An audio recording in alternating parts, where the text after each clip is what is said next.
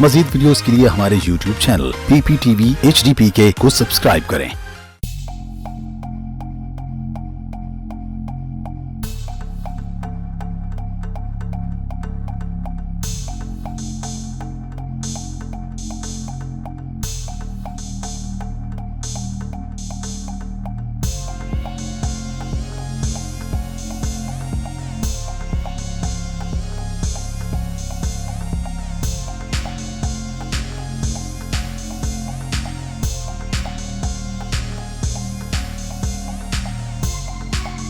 ओ सामने वेख एक पूरा खानदान आ रहा है। आज दिन दिहाड़े इस खानदान नु लुट के आदे नां दे झंडे गड़ देंगे, साडे नां दी दहशत बन जावेगी। चल दोस्ता आजा अन्नी पा देंगे। अब्बा जी बहुती शाम होती जा रही जे। ओ पोतर शाम एडी काई नहीं, तू काला चश्मा पाई तो तेरे वास्ते शाम ही है। चलो चलो लेट मैं डाकू, ओ मेरा प्यो डाकू, ओ मेरा दादा डाकू। हाथ खड़े कर लो नहीं तो मैं गोलियां मार देंगा। जो कुछ भी है करते तली ते रख दो जो कुछ है तुम्हारे कोल। नामी ग्रामी बदमाश डाकू रमजी डकैत तुम्हारे सामने खड़ोता है। ओए मेरा दादा हो डाकू सी जेने उड़ता जहाज लुट लिया जहाज। आ मेरा दादा उड़दे जहाज़ां नु लुटदा ही उड़दे जहाज़ां नु आ। मिनट मारो ओए तो ठहरो भाई, तुसी डाकू मालूम ही नहीं होते, तुसा उड़दे कबूतर फद्दर कदी। ओए बाबा जी असी डाकू हैं, वेख नकाब भी असी कोई नहीं कीते होए, असी शरेआम डाका मारदे पे चिट्टे दी नहीं और हाथ दे विच असला भी मौजूद है। ओए तुसी डाकू मैनू मालूम ही नहीं होते। ओ चाचा जी ओए असी डाकू हैं डाकू। अब मैं खुद डाकू हां, मैं तुहानू तारीफ नहीं करवाना पे। मैं डाकू, मेरा प्यो डाकू, मेरा दादा डाकू, मेरा परदादा डाकू, ऐसे खानदानी डाकू है। असला साडे कोल है। बस हाँ ओए बड़ा डाकू यो जे नहीं होंदे जिवें तेरी शक्ल है। आगे समझ। अच्छा अब्बा जी ओदे ਵੱਲੋਂ ਤਾਂ ਵੇਖ ਕੇ ਇੰਜ ਲੱਗਦਾ ਹੈ ਜਿਵੇਂ ਸਟੇਸ਼ਨ ਦਾ ਕੁਲੀ ਹੁੰਦਾ ਹੈ। ਕਾਲਾ ਬਤਾਉਂ ਜਾਵੇ ਜਿਵੇਂ ਦਾ ਤੇਰਾ ਕਾਲਾ ਸੂਟ ਹੋਵੇ ਤਾਂ ਮੈਂ ਵੀ ਫਿਰ ਇਹਦਾ ਮਤਲਬ ਮੈਂ ਵੀ ਡਾਕੂ ਆ। अरे नहीं तू तो डाकू हसीना है। अब्बा जी ओए हाँ, मेरी धी नु डाकू हसीना सदी। नहीं नहीं हसीना तो है ना। चलो ये डाकू मैनू नु चढ़ गई कावड़।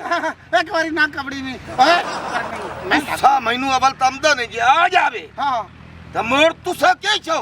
ओ मैं डाकू हां, मैं तुहानू दस नहीं दिता मैं डाकू हां। ओ तू डाकू नहीं लगदा, तू पीटने दा मिस्त्री लगना है। ओए मेरे पिस्तौल दे विच 11 गोलियां और होवे डस डस डस डस करके 11 दी 11 तेरे जिस्म दे विचों आ पार कर दे। मैं इते हो जासा।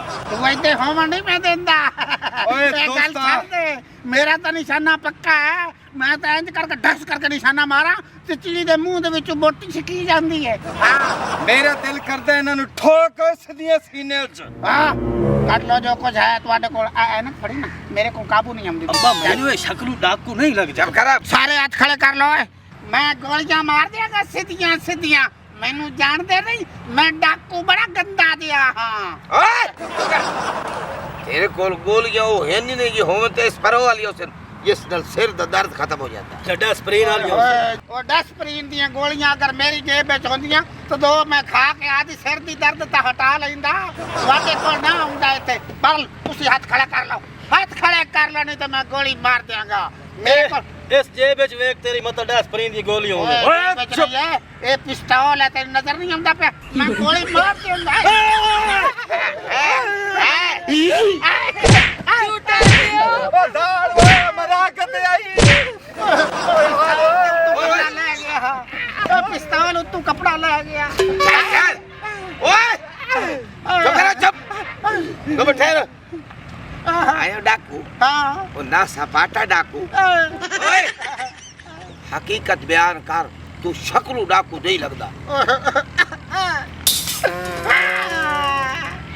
असी गरीब ते मजदूर लोग चाचा जी, असी डाकू डूकू कोई नहीं।